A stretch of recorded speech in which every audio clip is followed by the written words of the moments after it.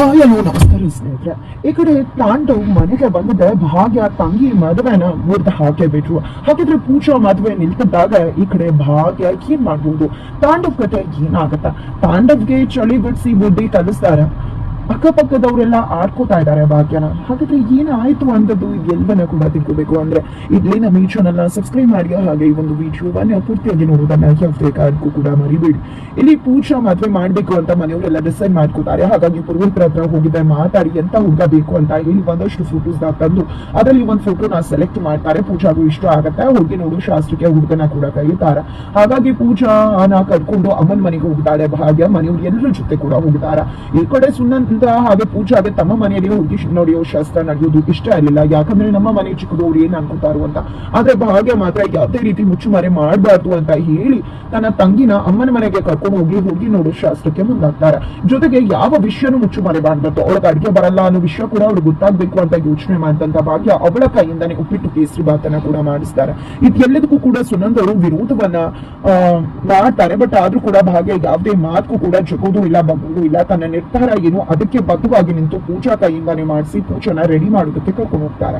ಪೂಜಾನ ತುಂಬಾ ಮುದ್ದಾಗಿ ರೆಡಿ ಮಾಡ್ತಾರೆ. ಜೊತೆಗೆ ಪೂಜಾಗೆ ನಿನ್ಗೆ ಹುಡುಗ ನಿಜವಾಗ್ಲೂ ಇಷ್ಟ ಆಗಿದ್ದಾನೆ ಅನ್ನೋ ಪ್ರಶ್ನೆಯನ್ನ ಮುಂದಿಡ್ತಾರೆ ಭಾಗ್ಯ. ಖಂಡಿತ ಅಕ್ಕ ಹುಡುಗ ಇಷ್ಟ ಆಗಿದ್ದಾನೆ ಅಂತ ಪೂಜಾ ಹೇಳಿದಾಗ ಯಾಕೆ ಹುಡುಗ ಇಷ್ಟ ಆದ ಅಂತ ಕೇಳಿದಾಗ ಪೂಜಾ ಹೇಳೋದು ಹುಡುಗ ಚೆನ್ನಾಗಿದ್ದಾನೆ ನೋಡೋಕೆ, ಜೊತೆಗೆ ಸಂಬಳ ತರ್ತಿದ್ದಾನೆ, ಮನೆ ಕಟ್ಟಿದ್ದಾನೆ ಅಂತ. ಈ ಕಡೆ ಭಾಗ್ಯ ಕೇಳಿದ ಡಿಸೈಡ್ ಮಾಡ್ಕೋತಾರೆ. ಇಲ್ಲ ಇವಳಿಗೆ ಈಗಲೇ ಮದ್ವೆ ಮಾಡಿಸು, ಏಜ್ ಅಲ್ಲ, ಹುಡುಗಿನೂ ಮೆಚುರಿಟಿನೇ ಬಂದಿಲ್ಲ, ಬೇಡ ಈಗ ಇವಳಿಗೆ ಮದ್ವೆ ಮಾಡುದು ಅಂತ ಡಿಸೈಡ್ ಮಾಡಿದ್ದೆ. ಹುಡುಗನ ಕಡೆ ಅವ್ರಿಗೆ ಬೇಡ ಅಂತ ಹೇಳ್ಬಿಡಿ, ಹುಡುಗಿ ನೋಡೋ ಶಾಸ್ತ್ರ ಕ್ಯಾನ್ಸಲ್ ಅಂತ ಹೇಳ್ಬಿಡಿ ಅಂತ ಹೇಳ್ತಾರೆ ಭಾಗ್ಯ. ಇದರಿಂದ ಎಲ್ರಿಗೂ ಶಾಕ್ ಆಗುತ್ತೆ. ಎಲ್ರು ಕೂಡ ಯಾಕೆ ಏನು ಅಂತ ಪ್ರಶ್ನೆ ಮಾಡ್ತಾರೆ. ಈ ಕಡೆ ಸುನಂದ್ ಅವರಂತೂ ರೆಬಲ್ ಆಗ್ಬಿಟ್ಟಿದ್ದಾರೆ. ಈ ಕಡೆ ಪೂಜಾಗೂ ಬಂದ ಕ್ಷಣ ಶಾಕ್ ಆಗುತ್ತೆ. ಏನಪ್ಪಾ ಇದು ಅಕ್ಕ ಮದ್ವೆ ಮುರ್ದಾಕ್ಬಿಡ್ತಿದ್ದಾಳೆ ಅಂತ. ಆಗ ಭಾಗ್ಯ ಹೇಳುದು ಪೂಜಾಗೆ ಇನ್ನೂ ಕೂಡ ಮೆಚುರಿಟಿ ಬಂದಿಲ್ಲ. ಹುಡುಗ ಯಾಕೆ ಇಷ್ಟ ಆದ ಅಂದ್ರೆ ನೋಡಕ್ ಚೆನ್ನಾಗಿದ್ದಾನಂತೆ, ಮನೆ ಕಟ್ಟಿದ್ದಾನಂತೆ, ದುಡ್ಡಿದ್ಯಂತ ಕೆಲ್ಸಕ್ಕೆ ಹೋಗ್ತಾನಂತ. ಇದು ಒಂದು ಹೆಣ್ಣಿನ ಬದುಕಿಗೆ ಮುಖ್ಯವಾಗುತ್ತೆ. ಒಂದು ಹೆಣ್ಣಿನ ಬದುಕಿಗೆ ಇದು ಯಾವತ್ತೂ ಎರಡನೇ ಆಯ್ಕೆ ಆಗಿರ್ಬೇಕು. ಮೊದಲನೇ ಆಯ್ಕೆ ಒಳ್ಳೆ ಮನಸ್ಸರ್ತಕ್ಕಂಥ ಹುಡುಗನ ಮದುವೆ ಆಗೋದು, ಅವಳ ಸ್ವಾತಂತ್ರ್ಯಕ್ಕೆ ಅಭಿಪ್ರಾಯಕ್ಕೆ ಗೌರವವನ್ನ ತಂದುಕೊಡುವ ಒಂದು ಹೆಣ್ಣನ್ನ ಗೌರವಿಸ್ತಕ್ಕಂಥ ಹುಡುಗ, ಒಂದು ಒಳ್ಳೆ ಮನಸ್ಸರ್ತಕ್ಕಂಥ ವ್ಯಕ್ತಿತ್ವ ಇರ್ತಕ್ಕಂಥ ಒಂದು ಹುಡುಗನ ಮೆಚ್ಕೋಬೇಕು. ಆ ಒಂದು ಭಾವನೆ ಪೂಜಾಗಿಲ್ಲ. ಹಾಗಾಗಿ ಅವಳಿಗೆ ಇನ್ನೂ ಕೂಡ ಮೆಚೂರ್ ಆಗ್ಬೇಕಾಗದ ನಂತರ ಮದ್ವೆ ಮಾಡಿದ್ರಾಯ್ತು, ಎಲ್ಲೂ ಕೂಡ ಹೊಡಿ ಅಂತಾರೆ. ಈ ಕಡೆ ಸುನಂದವರು ಇಲ್ಲದೇ ಇರೋದ್ನೆಲ್ಲ ಪೂಜಾ ತಲೆಯಲ್ಲಿ ತಿರುಗ್ಬೇಡ, ನೀನು ಸುಮ್ಮನೆ ಮದ್ವೆ ಮಾಡ್ಬೇಕು ಅಂತಿದ್ಯೋ, ತಂಗಿ ಮದ್ವೆ ಮುರಿಬೇಕು ಅಂತಿದ್ಯೋ ನೀನು ಅಂತ ಹೇಳಿ ಇಲ್ಲಿ ಅಮ್ಮ ರೇಗಿದಾಗ ಈ ಕಡೆ ಪೂಜಾ ಅಮ್ಮ ನೀನ್ ಸುಮ್ಮನೆ ಅಕ್ಕ ಹೇಳ್ತಿರೋದ್ರಲ್ಲಿ ಅರ್ಥ ಇದೆ. ಖಂಡಿತ ಅಕ್ಕ ನಿನ್ ಮಾತಿನ ಬಗ್ಗೆ ನನ್ಗೆ ಗೌರವ ಇದೆ. ನೀನ್ ಏನ್ ಹೇಳಿದ್ಯೋ ಖಂಡಿತ ಅದು ಸತ್ಯ.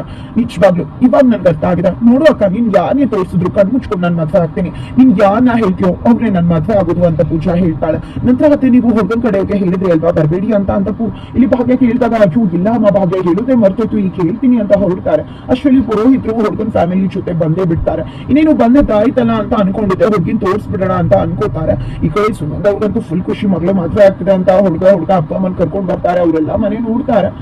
ನಂತರ ಈ ಕಡೆ ಹುಡುಗಿ ನೋಡ್ಬೋದ ಅಂತ ಖಂಡಿತ ಅಂತ ಹೇಳಿ ಭಾಗ್ಯ ಹೋಗಿ ಉಪ್ಪಿಟ್ಟು ಕೇಸರಿ ಬಾತನ ಜೊತೆಗೆ ಪೂಜಾನ ಕರ್ಕೊಂಡ್ ಬರ್ತಾಳೆ. ಪೂಜಾನ ನೋಡ್ತಿದ್ದಾಗ ಎಲ್ರಿಗೂ ಖುಷಿ ಆಗತ್ತೆ. ಜೊತೆಗೆ ಉಪ್ಪಿಟ್ಟು ಕೇಸರಿ ಬಾತನ್ನ ತಿನ್ಬೇಕಿದ್ರೆ ಯಾರು ಇದನ್ನ ಮಾಡಿದ್ದು, ಏನು ಈ ರೀತಿ ಇದೆ ಅಂದಾಗ ಇದನ್ನ ನನ್ನ ತಂಗಿ ಪೂಜಾನೆ ಮಾಡಿದ್ದು, ನನ್ನ ತಂಗಿ ಪೂಜಾಗೆ ಅಡಿಗೆ ಮಾಡೋದು ಬರುವುದಿಲ್ಲ, ಅದಕ್ಕೆ ಆ ರೀತಿ ಇದೆ, ಬೇಜಾರ್ ಮಾಡ್ಕೋಬೇಡಿ ಅಂತ ಭಾಗ್ಯ ಹೇಳ್ತಾರೆ. ಬರುವುದಿಲ್ಲ ಅಂದ್ರೆ ನೀವೇ ಮಾಡ್ಬೋದಿತ್ತಲ್ವಾ ಯಾರಾದ್ರೂ ಅಂದಾಗ ನನ್ನ ತಂಗಿಗೆ ಬರುವುದಿಲ್ಲ ಅನ್ನೋ ಸತ್ಯ ನಿಮಗೆ ಗೊತ್ತಾಗ್ಬೇಕು. ಮುಚ್ಚುಮನೆ ಮಾಡಿ ಮದ್ವೆ ಮಾಡುದು ಇಷ್ಟ ಇಲ್ಲ, ಅದಕ್ಕೋಸ್ಕರ. ಜೊತೆಗೆ ನನ್ನ ತಂಗಿ ತುಂಬಾ ಮುದ್ದ ಕಾಣಿಸ್ತಾಳೆ, ಬಟ್ ಅವ್ರಿಗೆ ಸೀರೆ ಉಡೋಕು ಬರುವುದಿಲ್ಲ. ಆದ್ರೆ ನಾನ್ ಮಾತ್ಕೊಡ್ತೀನಿ, ಮದ್ವೆ ಆಗೋಕ್ಕೂ ಮುನ್ನ ಅವ್ರಿಗೆ ಏನ್ ಬರೋದಿಲ್ವೋ ಅದೆಲ್ಲವನ್ನ ಕೂಡ ನಾನ್ ಕಳಿಸ್ಕೊಡ್ತೀನಿ. ಖಂಡಿತ ಅವಳು ಕಲ್ತ್ಕೊತಾಳೆ. ಇದೆಲ್ಲ ಕೂಡ ನಿಮ್ಗೆ ಒಪ್ಪಿಗೆ ಆದ್ರೆ ಮುಂದಿನ ಮಾತುಕತೆ ಮುಂದುವರಿಸಬಹುದು ಅಂತ ಭಾಗ್ಯ ಹೇಳಿದಾಗ ಖಂಡಿತ ನಮ್ಗೆ ಇಷ್ಟ ಆಯ್ತು ನಿಮ್ಮ ಪ್ರಾಮಾಣಿಕತೆ, ನಮ್ಗೆ ಹುಡುಗಿ ಕೂಡ ಇಷ್ಟ ಆಗಿದ್ದಾರೆ, ಆದ್ರೆ ನನ್ನ ತಮ್ಮ ಬಂದ್ಬಿಡ್ಬೇಕು ಅಂತ ಹೇಳಿ ಹುಡುಗನಮ್ಮ ಹೇಳ್ತಾರೆ. ನಂತರ ಇಲ್ಲಿ ಹುಡುಗನ ಕಡೆ ವಿಚಾರ ಮಾಡಿದಾಗ ಹುಡುಗ ಮಲ್ಟಿನ್ಯಾಷನಲ್ ಕಂಪ್ನಿ ಕೆಲಸ ಮಾಡ್ತಿದ್ದಾನೆ ಅಂತೆಲ್ಲ ಅಮ್ಮ ಹೇಳ್ತಾರೆ. ಈ ಕಡೆ ಭಾಗ್ಯ ನಾನು ಹುಡುಗನ ಜೊತೆ ಒಂದೆರಡು ಪ್ರಶ್ನೆನ ಕೇಳಬೇಕು ಅಂದಾಗ ಸರಿ ಆಯ್ತು ಕೇಳಿ ಅಂತ ಹುಡುಗನೇ ಹೇಳ್ತಾರೆ. ಈಗ ನನ್ನ ತಂಗಿ ಪೂಜಾ ಜಿಮ್ ಅಲ್ಲಿ ಕೆಲ್ಸಕ್ಕೆ ಹೋಗ್ತಿದ್ದಾಳೆ, ಮದ್ವೆ ಆದ್ಮೇಲೆ ಹೋಗ್ಬೋದಾ ಅಥವಾ ಮನೇಲಿ ಇರ್ಬೇಕಾ ಅಂದಾಗ ಇಲ್ಲ, ಮದ್ವೆ ಆದ್ಮೇಲೆ ಹೋಗ್ಬೇಕು ಅನ್ಸಿದ್ರೆ ಹೋಗ್ಬೋದು, ಅವರ ಸ್ವಾತಂತ್ರ್ಯಕ್ಕೆ ನಾನು ಅಡ್ಡಿಪಡಿಸುವುದಿಲ್ಲ ಅಂತ ಹುಡುಗ ಹೇಳ್ತಾರೆ. ಜೊತೆಗೆ ನೀವ್ ಎಲ್ಲಿ ಕೆಲಸ ಮಾಡ್ತಿದ್ರ ಅಂದಾಗ ಈ ಕಡೆ ಅಮ್ಮ ಮತ್ತೆ ಮಧ್ಯಕ್ಕೆ ತಲೆ ಹಾಕಿ ನನ್ನ ಮಗ ದೊಡ್ಡ ಮಲ್ಟಿನ್ಯಾಷನಲ್ ಕಂಪ್ನಿಲಿ ಕೆಲಸ ಮಾಡ್ತಿದ್ದಾರೆ ಅಂತಾರೆ. ಈ ಕಡೆ ಎಲ್ರಿಗೂ ಅನುಮಾನ ಬರುತ್ತೆ, ಏನಪ್ಪಾ ಇದು ಹುಡುಗ ಉತ್ತರ ಕೊಡೋದನ್ನ ಅಮ್ಮನೇ ಉತ್ತರ ಕೊಡ್ತಿದ್ದಾರೆ ಆಗಿಲ್ಲ ಅಂತ. ನಂತರ ಅಮ್ಮ ದಯವಿಟ್ಟು ಸುಳ್ಳಿಡು, ಎಷ್ಟು ಅಂತ ಸುಳ್ಳು ಹೇಳ್ತೀಯ, ನೋಡಿ ನಾನು ಯಾವುದೇ ಮಲ್ಟಿನ್ಯಾಷನಲ್ ಕಂಪ್ನಿಲಿ ಕೆಲಸ ಮಾಡ್ತಿಲ್ಲ, ನಾನು ಒಂದು ಸ್ಟಾರ್ಟ್ಅಪ್ ಕಂಪ್ನಿ ಕಂಪ್ನಿಲಿ ಒಳ್ಳೆ ಸ್ಯಾಲರಿಗೆ ಕೆಲಸ ಮಾಡ್ತಾ ಇದೀನಿ ಅಂದಾಗ ಈ ಕಡೆ ಭಾಗ್ಯಗೂ ಇಷ್ಟ ಆಗುತ್ತೆ, ನಿಮ್ಮ ಪ್ರಾಮಾಣಿಕತೆ ನಂಗೆ ತುಂಬಾ ಇಷ್ಟ ಆಯ್ತು, ನಮ್ಗೆ ನೀವು ಓಕೆ ಆಗಿದ್ರ ಅಂದಾಗ ಎಲ್ರಿಗೂ ಕೂಡ ಖುಷಿ ಆಗುತ್ತೆ. ಈ ಕಡೆ ಪೂಜಾ ಮದ್ವೆ ಇನ್ನೇನು ಫಿಕ್ಸ್ ಅಂತಾನೆ ಹೇಳ್ಬಿಡ್ಬೋದು. ಅಷ್ಟರಲ್ಲಿ ಆ ಕಡೆ ತಾಂಡವ್ಗೆ ಯಾರು ಒಬ್ರು ಕಾಲ್ ಮಾಡ್ತಾರೆ. ತಾಂಡವ್ ಅಂತೂ ಭಾಗ್ಯ ಮೇಲೆ ರಿವೆಂಜ್ ತಗೋಬಹುದು, ನನ್ನ ಆಸೆ ಫಲಿಸ್ತಿದೆ, ನನಗೆ ಅವಳು 10 ಪಟ್ಟು ಕೊಟ್ಲಲ್ವಾ ಅದಕ್ಕೆ 100 ಪಟ್ಟು ಕೊಡ್ತೀನಿ ಅಂತ ಹೇಳಿ ತಾಂಡವ್ ಹೊರಟು ವ್ಯಕ್ತಿನ ಭೇಟಿ ಮಾಡಿದ್ದಾರೆ. ಅದೇ ವ್ಯಕ್ತಿ ಇಲ್ಲಿ ಪೂಜಾ ಹುಡುಗಿ ನೋಡೋ ಶಾಸ್ತ್ರಕ್ಕೂ ಬರ್ತಾರೆ. ಅದು ಬೇರೆ ಯಾರು ಅಲ್ಲ, ಹುಡುಗನ ಸೋದ್ರ ಮಾವ. ಈ ಕಡೆ ಸೋದ್ರ ಮಾವ ಬರ್ತಿದ್ದಾಗೆ ಈ ಕಡೆ ಅವರಮ್ಮ ಈ ಬಾರೋ ನಮ್ಗೆಲ್ಲ ಹುಡುಗಿ ಇಷ್ಟ ಆಗಿದ್ದಾಳೆ, ನೀನು ನೋಡಿ ಒಪ್ಕೊಂಡ್ಬಿಟ್ರೆ ತಾಂಬೂಲ ಶಾಸ್ತ್ರ ಬದಲಾಯಿಸ್ಕೊಂಡ್ಬಿಡ್ಬಹುದು ಅಂದಾಗ ಇಲ್ಲಾಗ ಯಾವುದೇ ಕಾರಣಕ್ಕೂ ಈ ಒಂದು ಮದುವೆ ನಡಿ ಕೂಡ್ತು ಅಂತ ಹೇಳ್ತಾರೆ. ಯಾಕೆ ಏನು ಅಂದಾಗ ಇಲ್ಲಿ ಹುಡುಗಿ ಅಕ್ಕ ಇದಾರಲ್ವಾ ಭಾಗ್ಯ, ಅವ್ರ ಗಂಡ ಎಲ್ಲಿ ಅಂದಾಗ ಸುನಂದ್ ಅವರು ಸುಳ್ಳು ಹೇಳ್ತಾರೆ, ಆಫೀಸ್ಗೆ ಹೋಗಿದ್ದಾರೆ, ನನ್ ಬೇಡ ಇರಿ ಅಂತ ಹೇಳಿದೆ, ಬಟ್ ಹೋಗ್ಬಿಟ್ಟು ಅಂದಾಗ ಸರಿ ಆಯ್ತು ಫೋನ್ ಮಾಡಿ ಕರ್ಸಿ ಅಂತಾರೆ. ಯಾಕೆ ಇಷ್ಟು ಹಠ ಮಾಡ್ತಿದ್ಯಾ ಅಂತ ಹೇಳಿ ಭಾವ ಮತ್ತೆ ಅಕ್ಕ ಕೇಳಿದಾಗ ಯಾಕೆ ಅಂದ್ರೆ ಈ ಭಾಗ್ಯ ಅಂದ್ರೆ ಪೂಜಾ ಅಕ್ಕ ಭಾಗ್ಯ ಇದಾರಲ್ವಾ ಅವರು ತಾಳಿ ಕಿತ್ತು ಗಂಡ ಬೇಡ ಅಂತ ಬಂದಿದ್ದಾರೆ, ಡಿವೋರ್ಸ್ ಆಗಿದ್ದಾರೆ ಅಂತ ಹೇಳ್ಬಿಡ್ತಾರೆ. ಈ ಮಾತನ್ನು ಕೇಳಿದೆ ಎಲ್ರಿಗೂ ಶಾಕ್ ಆಗುತ್ತೆ. ಅಷ್ಟರಲ್ಲಿ ತಾಂಡವ್ ಎಂಟ್ರಿ ಕೊಡ್ತಾರೆ. ತಾಂಡವ್ ಬಂದಿದ್ದ ಇವರೆಲ್ಲ ನನ್ ಕೆಲ್ಸಕ್ಕೆ ಹೋಗಿದ್ದಾರೆ ಅಂತೆಲ್ಲ ಹೇಳಿದ್ರಲ್ವಾ, ನಾನೇ ಆ ತಾಂಡವ್ ಭಾಗ್ಯ ಗಂಡ.